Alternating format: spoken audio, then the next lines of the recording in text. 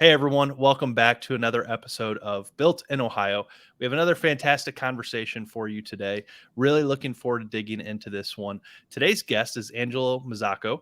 He is the Vice President of Advisory Services at AVAAP, an industry focused technology management and advisory services partner known for delivering strategic solutions and exceptional customer experiences.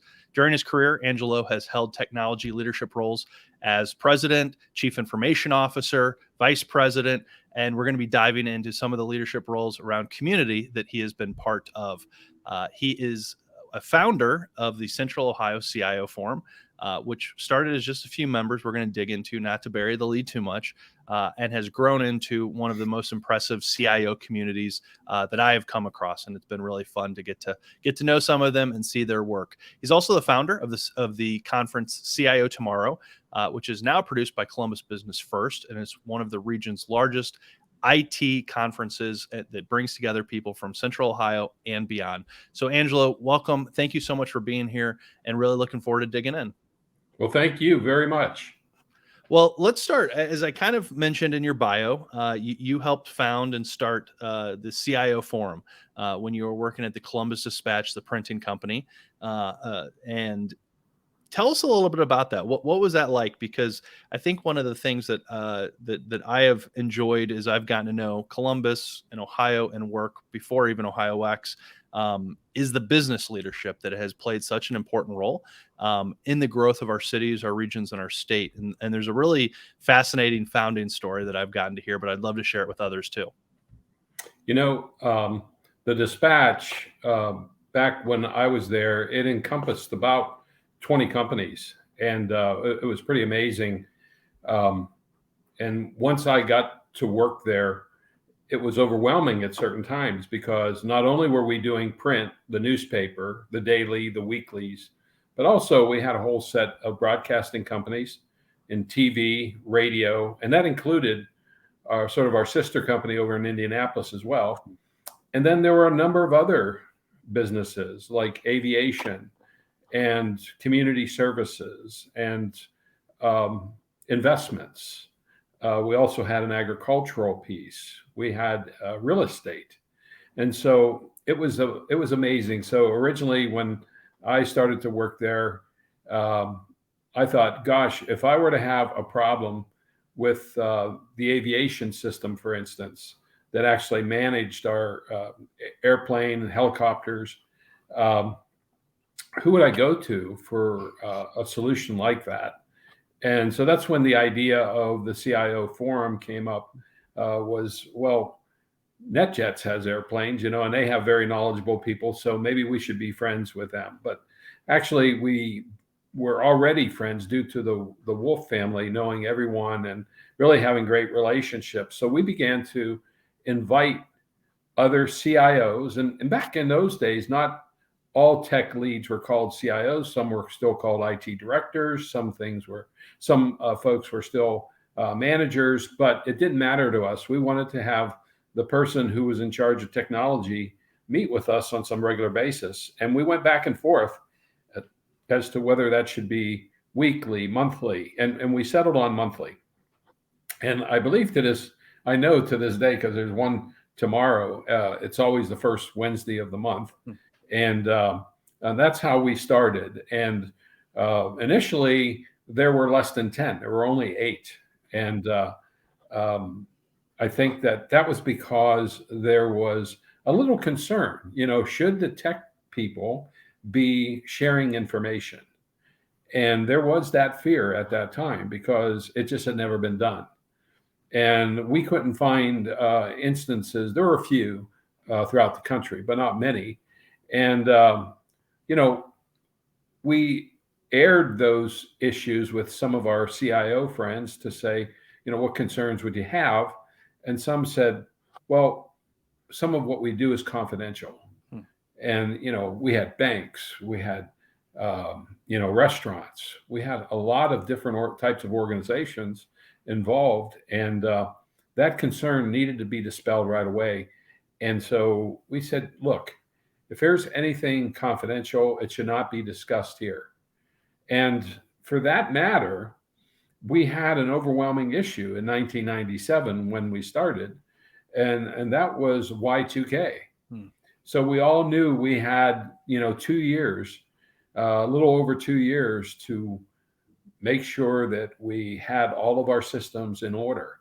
And we thought, what better than to have that be our sort of our keynote solution or keynote issue that we all try to resolve. And we were quickly able to determine that, hey, it's okay if we talk about Y2K. We're all in this together. And none of the there were no two systems alike. So, whether it was an aviation company, a bank, an insurance company, a restaurant, a printing company, or broadcast company, we still had our initial issues, but we could at least talk in terms of concept and in terms of just, for instance, how much testing should you do to make sure that Y2K was okay, that we weren't going to have issues. So it helped us gauge and zero in on the process that we would use once we would get beyond Y2K. And when Y2K happened and there were no problems, of course, we didn't know there were not going to be any problems. We thought there were going to be some problems. And it was like a huge weight that had been on our shoulders for those 3 years. And I remember all of us getting together we didn't get together in January. We get together the following February, and all of us were just so relieved. And we started to talk about, should we consider doing this going forward on a regular basis? And overwhelmingly, everyone in the room said yes. This is very important to us. And it's been going ever since. And as a matter of fact, the one that's going to be held tomorrow is going to be at Battelle. And so it goes to show you, there are times when we have medium-sized companies host, and other times when there are organizations like Battelle that are, world-renowned, or JP Morgan Chase. But there have been other times where, like one of my former companies that I was CIO at, Central Ohio Primary Care, we very much hosted.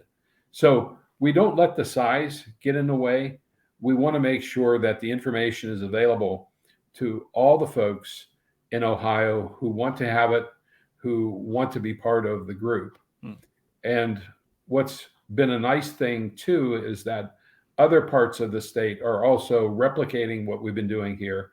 They'll either join in with us or they'll also have their meetings as well. But we should never get to a point where there's a problem and we don't know where to turn, or we don't have someone that we can go to. I used to always say that being a CIO or the head of technology, whatever they're called at that organization, a lot of companies are calling them chief technology officers today. It can be the loneliest job in the world because many times you feel like, who else is facing this kind of issue? I felt that way with newspaper, TV, aviation, all these different industries, all within one company. And, I was talking to the CIO today of OCLC. They own the Dewey Decimal System. They service every library in the world. And who else has that kind of problem, that kind of resolve? And so each one of us in the room had our own set of issues. But if we had a problem, we knew that we could pick up the phone or we could email one of our brethren to get a solution or begin to think through together how we would get this resolved. Yeah. Angelo, what was the how did you convince those first 8? Was that just like-minded leaders that you were friends with? And the reason I ask is because in some of our work over the past few years, but also we get a ton of people reaching out that are maybe in different parts of the state, and sometimes they're from the startup community, and other times they're from more of the IT side of the world, but they're interested in building something in their maybe area, which Again, Columbus is kind of seen as the leader in that because of work like this.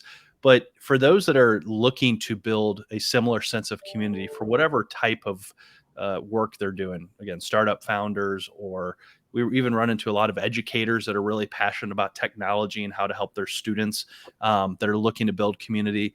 What were those early kind of lessons that helped kind of get it started? And you mentioned the Y2K. When you have something to rally behind, I presume that really helps.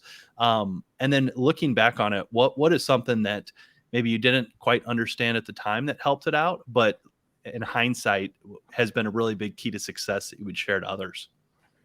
Well, I had a great ally in the Wolf family because they were the owners of our organization, and they saw the value right away. And as a matter of fact, I didn't realize at the time, but later on found that John Wolf and Les Wexner had put together what's today viewed as the Columbus Partnership. And so I think having the businesses within our within our state working together that way made it a lot easier for us tech folks.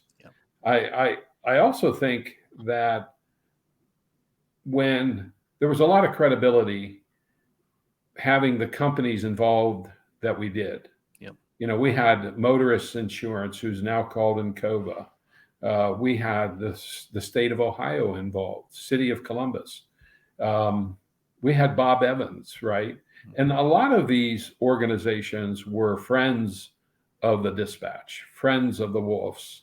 And because I'm not going to take that credit, but I definitely took advantage of the relationships that existed there.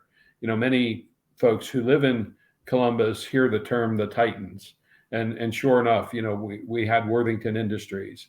We had, the Limited. We had Chemical Abstracts and OCLC. These organizations who were firm in what they were doing, not only for the world, but also for Columbus, Ohio, and Central Ohio. How did you go from the 8 to, I read somewhere, well over 100 now, and I've heard recaps and seen it's that large growing number doesn't surprise. But was that a slow, steady growth over time of getting more CIOs and tech leaders, or was there kind of like a hockey stick moment where it really took off and all of a sudden you look up and it went from the original 8 in a room to dozens? Yeah, I think that we went from 8 to 15 to 20 in a pretty constant way, probably in a few years. And I remember reaching about 25, and I was still at the time with the dispatch companies, and I had access to a good size conference room, and we would have the meetings there. And there came a point when we got over 25 where we didn't have enough room. And so how naive we said as a CIO group, well, maybe we should just leave the group at 25, because then we'll have a conference room. If we're going to grow, we're going to have to find another place. So, but that's what we eventually did. And it really took off, I would say up to, 50, 60. I think that during the COVID years, and earlier you said you used me a lot, but there have been a lot of other, Ben Blankera is one, and there are others who have played big roles in the whole growth of the CIO forum. But I think that when we reached the 100 mark, it was like, wow. And then during COVID, something happened that we never, ever thought was going to happen. And that is that because we were all forced to video, we weren't meeting in person, more and more CIOs found it easy to access. And we actually, I think at the idea of Ben, we actually made it more available to more CIOs throughout the state. So that's when we had to go, I've heard a number of 180. Wow. I don't know if it's quite that big, but it's pretty big. Yeah. And having it have the video component has sort of increased the growth because it's so easy. for all those years up until COVID. So COVID happened in 19. We started in 97. So that was what, let's say 16, 17 years, where we were always doing this at lunchtime on the first Wednesday of the month, having a sandwich, that was provided by the organization where we were having the meeting, which means for the first 8 years, the dispatch, it was providing lunch. And now, like tomorrow, I'm sure Battelle will have a few things for us. And but the knowledge everybody gets out of it is what's so important. Yeah, absolutely. To I guess to be part of it, what does that look like? Is it still the CIOs or that chief technology, if that's kind of the role, or has that expanded from that original 8? We tried every which thing, because at first we had rules, and we said we had to be 300 million in sales. The organization, it had to be the CIO or the head of technology. And as I told you, that could have been, some people were CTOs, some were IT directors, you name it. It seemed like we came across different titles for people in the organization. But I just drew a blank, Chris. Oh, yeah, of how you expanded from the 8, and if it still is just the CIOs, the CTO. Right. So it still is about the same people, but Okay. What's happened over time is that, like, the first one I can remember, Nationwide had a CIO by the name of Mike Keller. Mm-hmm. And Mike said he had a conflict on Wednesdays. Well, this was something that Nationwide's executive board put together after we had already agreed upon doing Wednesdays. So we said, well, we got to have Nationwide there. Anybody, you got to have Nationwide there. And he said, well, our CTO is Srinivas Kaushik, who's very well known in not only in Ohio, but throughout the country. But could he come? So certainly, because that happens a lot. Yeah. Where the CIO isn't going to be able to make it, or the head of technology isn't going to be able to make it. So it's communicated, who's going to come in, because we want to make sure that the group knows who this person is and get some background about them. Mm-hmm. But it's happened a lot. And I think I was saying that at one point we tried to put a lid on, having 25, and we got up to 30. And I remember getting a call from, the CIO of Cardinal Health, the largest company in Ohio. And it was Jody Davids, who was the CIO there at one time. And she said, I need to be in that group. And we had capped it, right? Mm-hmm. And I said, should I tell her we're capping it, or should I just say, fine? And you know what? We'll get a new room. Right. And Cardinal's in the group. Yeah. And then, there was another time where, we were sticking to that 300 million in revenue, and a well-known zookeeper who, was very forceful whenever he had an idea. Mm-hmm. And Jack called and said, hey, I have a CIO, and we're not 300 million, but we play a very important role in Central Ohio. And we're the best at what we do. How in the world am I going to argue with that? Right. You're not arguing with Jack Hanna. So I'm like, Jack, you're in. Yeah. You're in. Your CIO's in. And to this day, the zoo has a CIO in. And then, that's awesome. We had another very well-known nonprofit head, Tony Wells, and he fought diligently to get some of the bigger nonprofits, Goodwill, mm-hmm. and just organizations that may not have the 300 million in sales, but they're very important to our community. And so we involve them as well. So, when you say 180, well, some of them may be, it could be including Goodwill, it could be including the zoo. But the thing about it is, when you take a step back, it has created glue within Central Ohio, however you want to look at it, for the technology community. And, I know I told you the other story about one day Ben Blankera, who was always, if I couldn't make it for whatever reason, he took over, and now he runs a lot of it. Mm-hmm. But he said, hey, we need to have something that goes beyond just the heads of technology. We need an event that encompasses all technology players. And that's today what you hear: tech strategy, Yep. tech life. And really, Ben and some others have been very important to that whole undertaking. But when he told me that, I said, Ben, now I think you've really gone crazy, because you realize what it's going to be like to try to control this many people. And Ben gave one of his, great answers of, well, if it's a good cause and you have a little bit of food and a little bit of drink, people will, operate properly. Yep. And to this day, not only do we have the forum, but we have tech strategies, and those happen on a regular basis. Yeah. And really, in addition to the forum, because we were sort of out of space at one point, that's when CIO Tomorrow in 2002 got created. Yeah. Because we thought, well, if we can't have every CIO or every tech head, then why don't we have an event once a year where everybody can come? Everybody will be invited.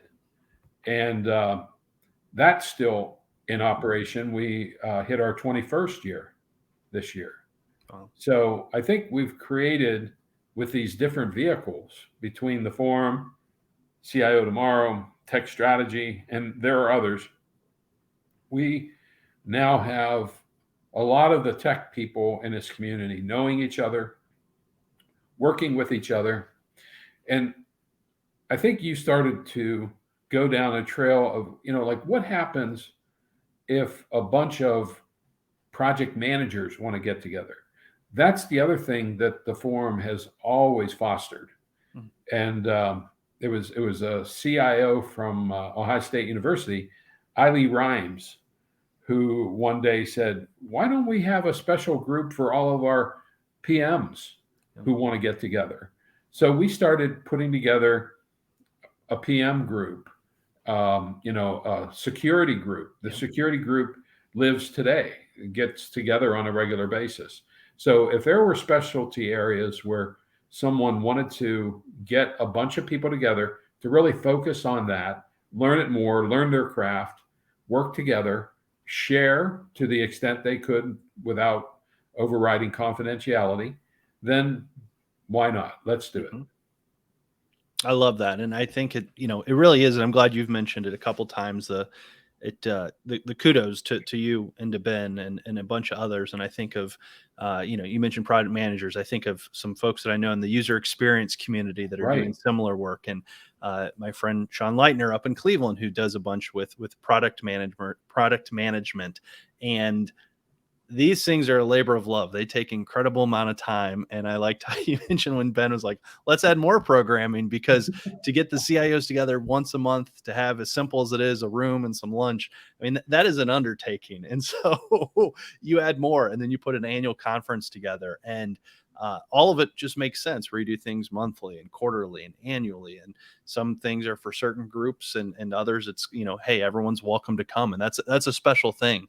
How do you use the, more regular, the monthly, the CIO forums to help shape how you capture subjects for like CIO Tomorrow, where that's at once a year and you're trying to figure out, hey, what is going to be relevant, what is going to be timely? And so how do you kind of think of that as you're doing your work, daily and weekly and monthly, but then using that to shape these, once a year things that are supposed to kind of capture a moment in time, but in some ways be a look back from the previous year, but also a look forward to the next? Well, as much as I'd like to say that all the CIO Tomorrow concepts and ideas come from the forum, not all of them do. Mhm. And let me explain why. The CIO Tomorrow event has always had a program committee. So that program committee that oversees what's going on with CIO Tomorrow, and there's a chair. This year it's Tim Cunningham from Grange Insurance. By the way, it's always somebody different every year. We've only had one repeat, and that was Ron Fasora of MI Homes, and that was just a terrible year when we lost one of our CIOs. But that program committee, of which there's usually around 20 to 25, along with that chair, meet once a month throughout the year and begin to carve, what will be talked about, who the guest speakers will be, panels. And it's not just CIOs. There are a good many CIOs who are participating on that group, but we also have other folks from outside. We have some vendors who are involved. We have some, consultants, I would call them. So there's other junior people as well, not just the head of the technology, but there might be someone who's a vice president or a director. So we get that mix. We have, the feedback from the CIO forum, because, it's not unusual for security to come up. I didn't read all the notes yet. I'm going to do that tonight for Battelle. But wow, there's all these topics. Yeah. Something many times will generate into the CIO Tomorrow to say, wow, maybe we ought to find a speaker on this topic who's more national or international in nature, so that we can get, an international perspective on it. Yeah. So that's where I think that we pick up these topics by what's important. Like Battelle is hosting. We will probably spend a fair amount of time on issues that Battelle sees in their world. Yep. But during the course of that discussion, other things will come up. Maybe it's CAS, or maybe it's, state of Ohio. Yeah. But something will come up that's relevant to them as well. And so this all sort of intermix and integrates in order to play off each other. And it's amazing how many times, the probably the one I remember was, we all can recall 2001 was a terrible year for one reason, 9/11. And I think there's other folks like me in the group that have come to not fear calling anybody. Yeah. And so this, year after, I called the CIO of Homeland Security, the fellow by the name of Steve Cooper. I had done some homework on him and found that he was from Ohio and actually went to Ohio Wesleyan. And of course, half the people in the room and myself are thinking, never going to get a guy like that. No way. So I call his phone number and I get the operator of the White House, because this is 2002, right? We're still getting operators. And I said, Steve Cooper, please. That's the trick. Don't act like you don't supposed to call. Call like, I got some business here. Trying to reach Steve Cooper. And the lady says, hold on. And do you know, within a couple of minutes, I hear, hello, it's Steve Cooper. Wow. And I'm almost ready to say, you're kidding, right? And I didn't. And I said, Steve, with what all you've been going on, tell me if this isn't appropriate, but we'd like to have you come and speak at our CIO Tomorrow event here in Columbus, Ohio.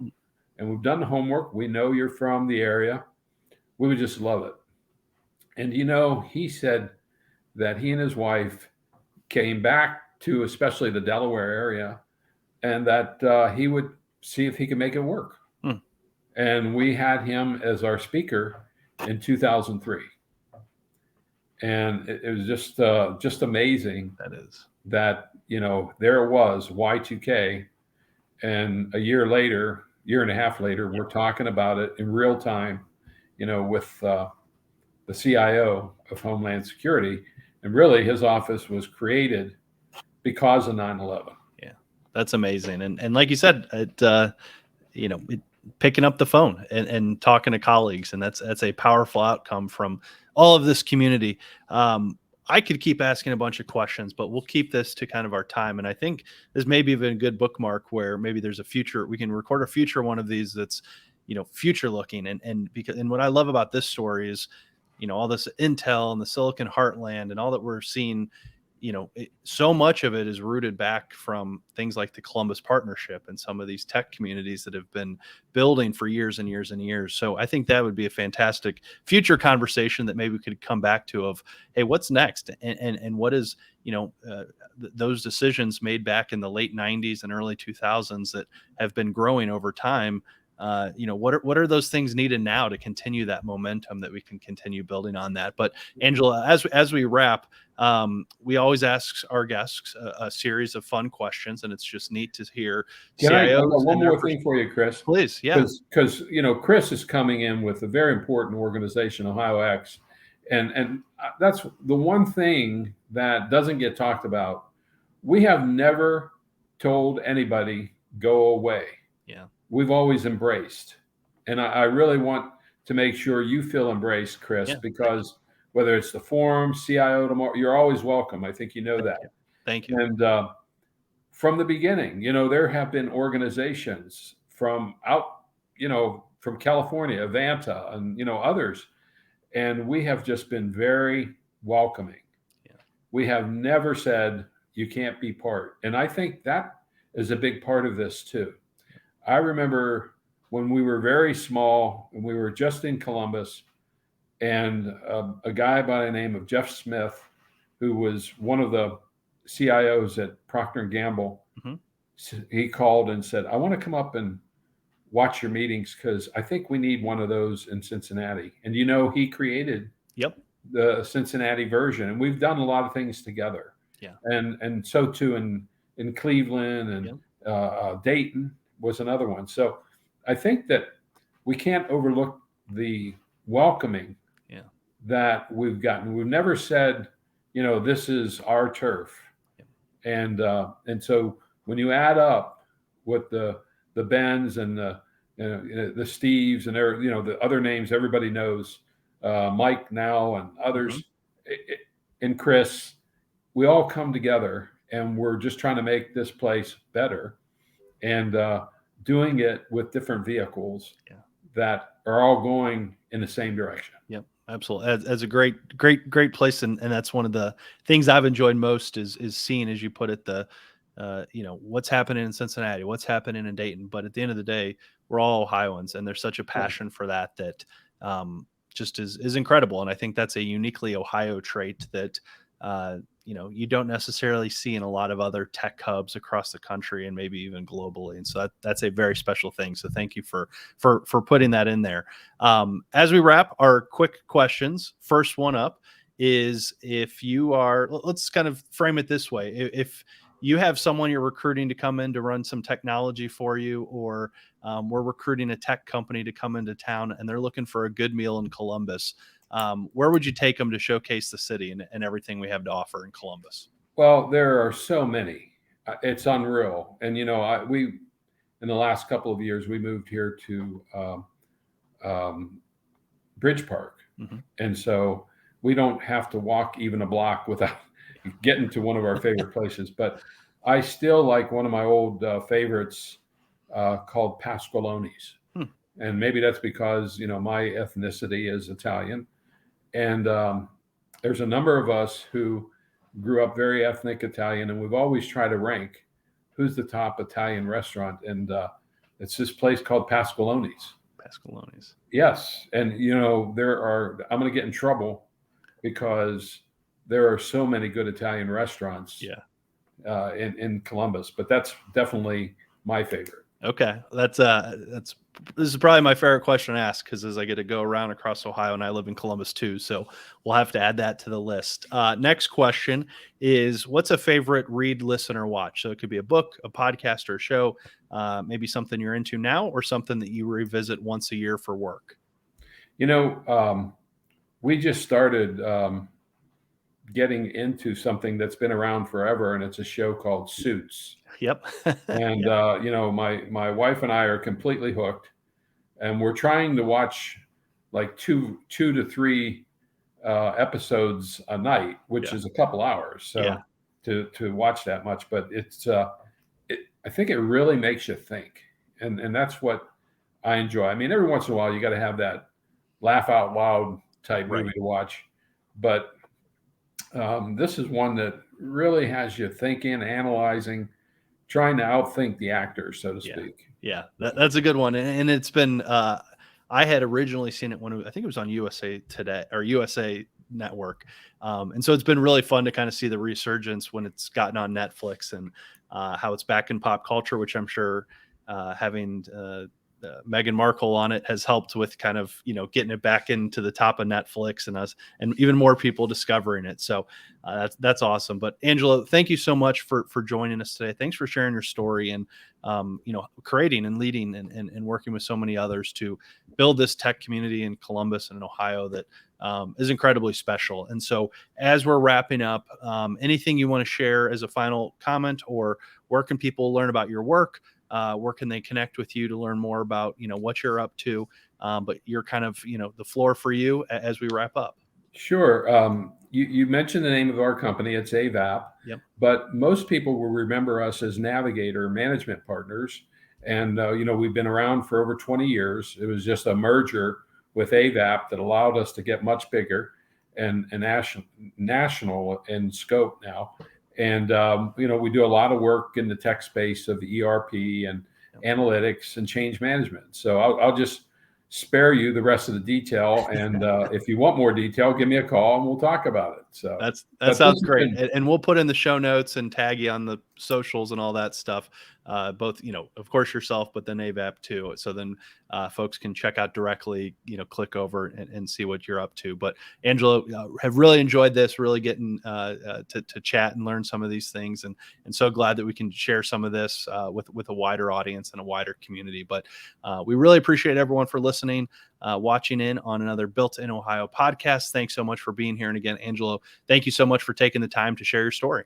Thank you, Chris. Have a great day.